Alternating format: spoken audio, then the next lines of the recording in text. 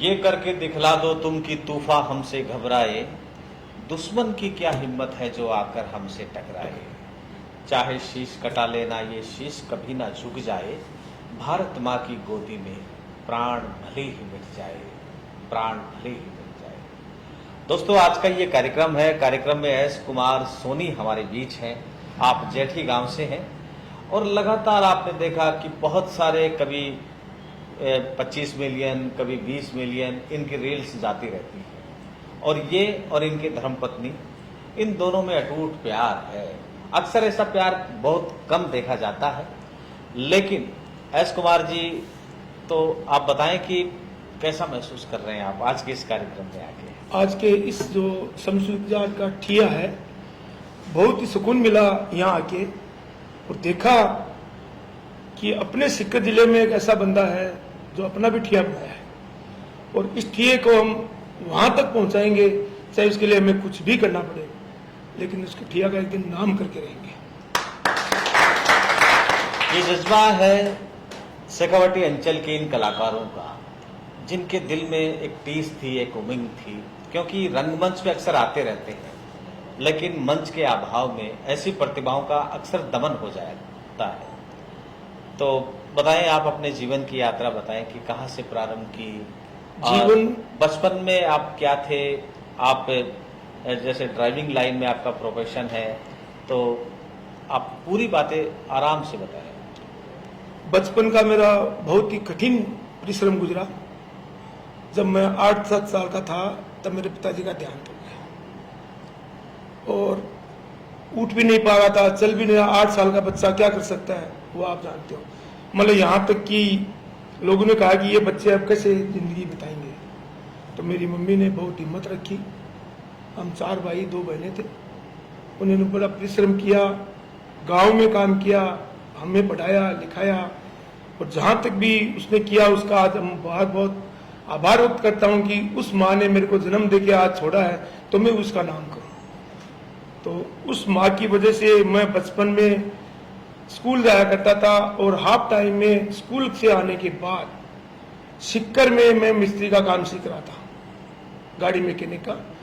मैं कम से कम 7 साल तक काम सीखा और उसके बाद में जो मालिक थे, हमारे गांव के चौधरी थे, उन्होंने कहा कि हम तो चौधरी हैं, कहीं भी खेती करके काम निकाल लेंगे, लेकिन आप बना बाप के बेटे हो तो आपको कोई जगह नहीं मिलेगी, ये अपना काम तुम करो। तो वो हमें अपना काम दे दिया और उस दिन से आज तक हम लोगों ने पीछे घूम के भी नहीं देखा और आगे चलने की कोशिश की। और उसके बाद में धीरे धीरे मैंने अपनी गाड़ियां ले ली, मैकेनिक का काम भी चालू रखा और आज मेरे पास 3 गाड़ियां भी हैं। सबकी हमारी शादी वादी हो गई, सब एकदम सेटल परिवार है, सब हमारे भाई बंद एकदम अच्छे हैं। हमारा बड़ा भाई साहब है वो ये सिक्कर में ही बिलोंग करते हैं, उनका एक बेटा लेक्चरर है, 2 बेटे हैं जो ज्वेलरी का काम करते हैं। मेरा 2 बेटा, एक जयपुर में ज्वेलरी का काम करता है, एक सिक्कर में करता है। उससे छोटे भाई है वो इटली में रहते हैं, उनको दिल्ली में सेट है। वो छोटा भाई है वो पलसाना में रहता है, मैकेनिक का काम करता है। लेकिन हम यहाँ तक कि आज हम परिवार में सबसे अलग अपनी पहचान बनाई है। एस कुमार जी, जैसे आप मिडाइवल वर्ग से हैं, सामान्य वर्ग से है, बचपन आपका कठिनाइयों से गुजरा है, तो उस समय जब एक जमाना ऐसा भी आया होगा जब पूरी दुनिया दुश्मन लगने लगी होगी, सारे लोग जब हाथ को हाथ खाने लगा, जगह जगह कदम कदम पर आपको कुठाराघात मिल रहे होंगे, तो उस समय आपने अपने आप को कैसे संभाला? उस समय ने हमने बहुत ही संकट में झेला है और मेहनत किया कि कुछ करेंगे तो ही आगे बढ़ेंगे, जब तक कुछ नहीं करेंगे। और मैंने अपने जिंदगी के भविष्य में कभी ये नहीं सोचा कि ये काम छोटा है और ये काम हम नहीं करेंगे। कुछ भी जो काम होगा, मेरे को जो भी मजदूरी मिलती थी हमने बिंदास किया, चाहे दुनिया कुछ भी करे, अपने को 2 रुपये कमाना है, अपने को परिवार चलाना है। उसके हिसाब से मैं परिवार को चलाया और सब परिवार के बीच में रहा। आज मैं अपने परिवार का, अपने गांव का, अपने जिले का एकदम चाहता हूं कि सब लोग मुझे जानते हैं कि एस कुमार सोनी मतलब अपना है। बिल्कुल, ये बात आपने सही कही। पूरे शेखावाटी अंचल में जब भी आपकी कोई रील आती है या आप लाइव करते हैं तो लोग टूट पड़ते हैं आपके रील पे। ये एक प्यार ही है लोगों का। अच्छा, ये बताइए, ड्राइवरिंग करते समय आपका ये प्रोफेशन पैशन में बदल गया? आप कभी उत्तराखंड जा रहे हैं, कभी इलाहाबाद की त्रिवेणी से आप संगम करवा रहे हैं, और कभी आप महाराष्ट्र की उन गलियों में, कभी आप धारावाही में आपकी गाड़ी दिखती है। तो ये इंडिया में कहाँ कहाँ घूमे हैं और कैसा कैसा महसूस हुआ? मैं सर इंडिया में ऐसी कोई जगह नहीं छोड़ी है, एक आसाम को छोड़ के। आसाम में क्यों नहीं? आसाम में इसलिए नहीं गया कि वहाँ पे सिर्फ एक कामाख्या माता का मंदिर है, अच्छा, बाकी ऐसा वहाँ पे कुछ है नहीं। बाकी अपने हिंदुस्तान में हर कोने में धार्मिक स्थल बहुत है, नदियाँ बहुत हैं, समुद्र हैं, तो सब जगह लोग मेरे पास चलते हैं 60+ लोग। अच्छा अच्छा, सीनियर सिटीजन। हाँ, सिटीजन। उनको मैं दिखाने के वो इच्छुक रहते हैं कि भाई मेरे को कुछ दिखाओ, और मैं अपने वो कला है उनको मैं हर चीज, हर पॉइंट, आज मेरे कश्मीर से लेकर कन्याकुमारी तक हर पॉइंट मेरे को याद है कि किस जगह कहाँ ये पॉइंट है, और वो उनको दिखा के लाता हूँ, तो बड़े उनसे खुशी महसूस करते हैं कि आपने हमें बहुत अच्छा दिखाया।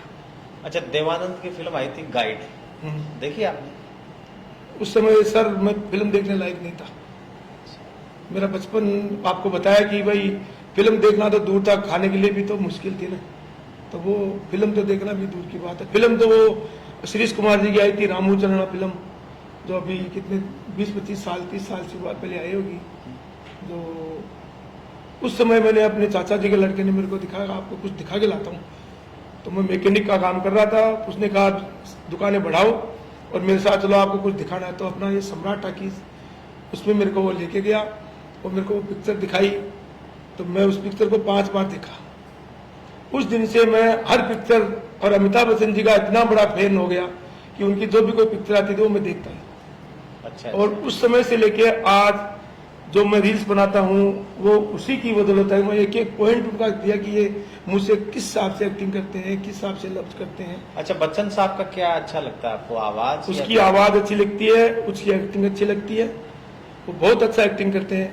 और मैं भी ये सोच रहा हूँ कि मेरा दिल में एक अरमान है, आज सैनी साहब जी जो अभी बता रहे थे डॉक्टर साहब कि कुछ लिखते हैं, तो मैं भी सोच रहा हूँ कि वो उनकी फिल्म जो आई थी बागवान, उन पे ये कुछ लिख के दें, अपन उस पर एक छोटा सा शॉट बनाए, ताकि ये शमशू का जो ठिया है उसका भी नाम हो और अपना भी काम हो। तो दोस्तों, आपने देखा, यहाँ तालियों की अपेक्षा इसलिए बन जाती है कि इनके सच्चे दिल में बहुत सारी सच्ची बातें हैं, और इनके कहने का अभिप्राय ये है कि अगर गलती से, वैसे तो ये श्री अमिताभ बच्चन तक अपना कार्यक्रम जाएगा नहीं, लेकिन बाय द वे अगर पहुंच भी गया तो कक्का जरूर इनकी बात पे गौर करेंगे और समझेंगे कि आज भी शेखावटी अंचल में बच्चन साहब अब 75 पार हो चुके हैं और उनकी उम्र भी बढ़ती ही जाएगी। उम्र तो लगभग सभी की बढ़नी है, लेकिन सही समय पे सही निर्णय। और जब वो शेखावटी में अपने यहाँ आए थे, पहली फिल्म की शूटिंग थी, अगर आपका इजहार पहले होता तो शाहरुख खान और उनके साथ आपका एक फोटो खिंचवा देते ताकि आप, लेकिन कोई नहीं, अभी जिंदगी और रही तो सब कुछ होगा। एवरीथिंग इज पॉसिबल, और उम्मीदों के सहारे, उम्मीदों के किनारे हम सब अपने यादों के इस सफर के साथ गुजरते हैं। कलाकारों की एक अलग ही दुनिया होती है, वो उसी दुनिया में रहना पसंद करते हैं। अब जाते जाते आप अपने दर्शकों को, आप अपने छोटे भाई और बहनों को क्या कहना चाहते हैं कि समाज में उनका आचरण कैसा हो, समाज में उन पे दुख मुसीबत कोई भी चीजें आए तो वो किस तरह से उनका सामना करें? आप अपने लफ्जों में बताएं। मैं यही बताना चाह रहा हूँ कि कितने भी बड़ी मुसीबत आई, एक तो परिवार के साथ रहो, गुड, माँ बाप के साथ रहो। जो बच्चा माँ बाप की सेवा नहीं कर सकता वो जीवन बेकार है। वो माँ बाप अपने बच्चे को 9 महीने पेट में रख के, जब वो पैदा होता था उस दिन से लेके जब तक वो 20 साल का होता है, उसकी शादी नहीं हो जाती है, तब तक वो उसके लिए संकट झेलते हैं। और जब उनकी शादी हो जाती है तो वही बच्चे अपने माँ बाप को एक चाय के लिए नहीं पूछते हैं, ऐसा क्यों? इसलिए मैं उन सभी तमाम भाइयों से, बच्चों से यही कहना चाहूंगा कि माँ जैसा प्यार कभी नहीं मिलता, बाप जैसा आशीर्वाद कहीं नहीं मिलेगा, चाहे कितनी भी ढूंढो। वो कहते हैं ना, बोले हम निकले थे शेर को, दिल में कुछ अरमान थे, एक तरफ थी झोंपड़ी, एक तरफ शमशान थे। बोले पांव तले एक अड्डी आई, उस अड्डी के यही बयान थे, बोले चलने वाले समझ के चल, कभी हम भी तेरे जैसे इंसान थे। बहुत सुंदर। और इसी के साथ ही आज का ये एपिसोड यहीं पर विराम देते हैं। अगले एपिसोड में आपसे फिर मुखातिब होंगे। तब तक के लिए बहुत बहुत शुक्रिया, बहुत बहुत धन्यवाद। नमस्कार।